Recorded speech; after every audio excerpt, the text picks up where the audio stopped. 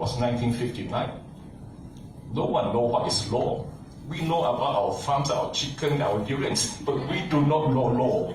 And how do we negotiate against Malaya led by Tunku Abdul Rahman and other people, and Singapore led by Lee Kuan Yew and gang?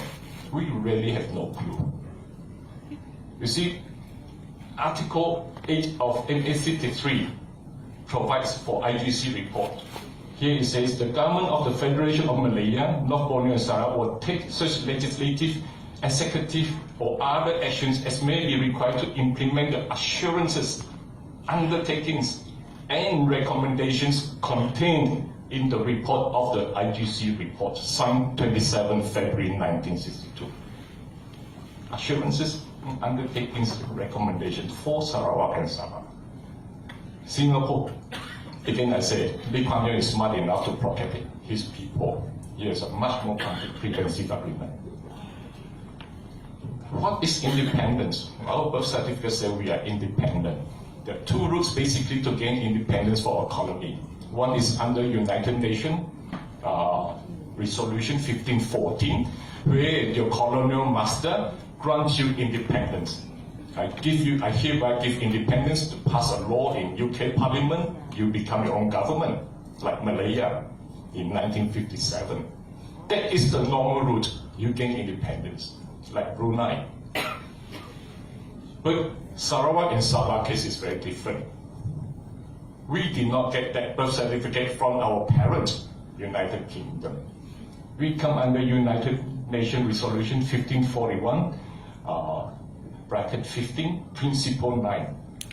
This is our route. And what is this UN 1541? Now, before that, on this point, why was the delay of the coming into effect of Malaysia on 31st August to 16 September? Global Commission has come out, the agreement is there, we have all signed it on 9th July in UK. Everything is ready. But then something came out because Philippines and Indonesia opposed to Malaysia formation, and also there are some Sarawak's political party have wrote and campaign, lobby United Nations to intervene. We do not want to be in Malaysia, we want to be independent first. So UN, for some reason, this is international geopolitics. In order to calm Philippines and Indonesia, they decide to send a mission to do a fact-finding on 27 or 8th of August. It was formed, this mission. So they sent about 7 people from the United Nations family to come to investigate, to do another investigation. And some of you may know they went to Kuching, to Cebu, to some of the big cities to make queries. Now the mission was asked, this is the one that I got from the UN, these are from official sources. This mission that was formed was asked with no reference to a referendum or plebiscite. You are not going to do a referendum from the people whether you want Malaysia or not. Quote, to ascertain prior to the establishment of the Federation of Malaysia, the wishes of the people of Sabah, which is North Borneo at that time, and Sarawak, within the context of General Assembly Resolution 1541, 15 bracket and Principle 9, that is necessary to assure complete compliance with the principle of self-determination within the requirements embodied in Principle 9. Principle 9 was the one that I mentioned just now. The Principle 9 is there. Integration should have come about in the following circumstances. So 1541 is actually integrating colonial territories to a already independent country. So Sarawak, Sabah, Singapore come under that. So we came under this 1541 to become independent through Malaysia. So 2 parts. A, the integrating territory should have attained an advanced stage of self-government. These are the conditions set by UN. with free political institutions so that its people would have the capacity to make a responsible choice through informed and democratic process. Very high standard. Advanced stage of self-government. Capacity, that means you must know. Make a responsible choice. A democratic process. Very high ideals. And B, the integration should be the result of the freely expressed wishes of the territory's people acting with full knowledge of the change in their status. Their wishes having been expressed through informed and democratic process, impartially conducted and based on universal adult suffrage. Suffrage means actually voting, getting the views of the people through the ballot paper. The United Nations could, when it deems it necessary, supervise this process. So the United Nations, the mission completed the report on 14 September. They came on 27 August. So within 2 weeks, they already managed to achieve that ideal. The people of Sarawak are very educated. We know what we want. The democratic process is there. The capacity is there. Brilliant. 2 weeks, they got it done. 2 days later, Malaysia comes in force. Their report was submitted on 14 September. Everything was okay here. Malaysia came in. So the whole thing, my point is, United Nations is just a show.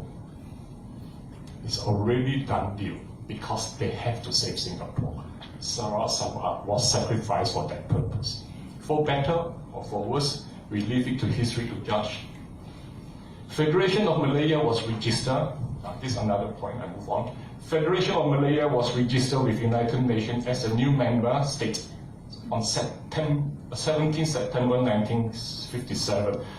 They got independence in 31st August, but it went to United Nations through a 1514 resolution on 17 September. It was approved by UN General Assembly 1957.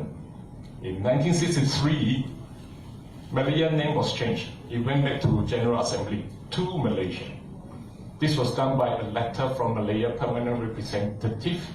I think it's Ong Yok Ling, he's our representative, to UN to confirm the international identity has been expanded from Malaya to Malaysia.